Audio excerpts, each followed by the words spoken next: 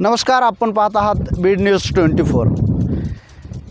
गेल्या महिन्यामध्ये जून महिन्यामध्येच पेरणी झालेली आहे आणि पेरणी होऊन जवळपास 1 महिना होत आला आहे।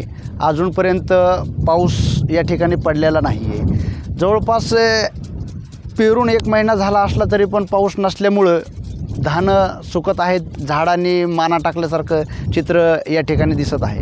पण ते झाड जिवंत राहावा यासाठी शेतकऱ्यांनी ठिबकच्या सहाय्याने पाणी या शेतीला दिलं जातं आहे। ठिबकच्या सहाय्याने पाणी देऊन कुठंतरी हे झाडं जगतील असा केविलवाना प्रयत्न या ठिकाणी केला जातो आहे। पण निसर्गाने जर साथ दिली तर नक्कीच या भागातील पूर्ण आलेले हातातोंडाशी आलेले जे पिकं आहेत हे नक्कीच भरभराटीने येतील। या भागातील पिकांना पावसाची अत्यंत आवश्यकता असून गेल्या अनेक दिवसापासून पाऊस पडत नसल्यामुळे पिके धोक्यात असल्याचे चित्र पाहावयास मिळत आहे। बीड न्यूज 24 सतीश सोनवणे।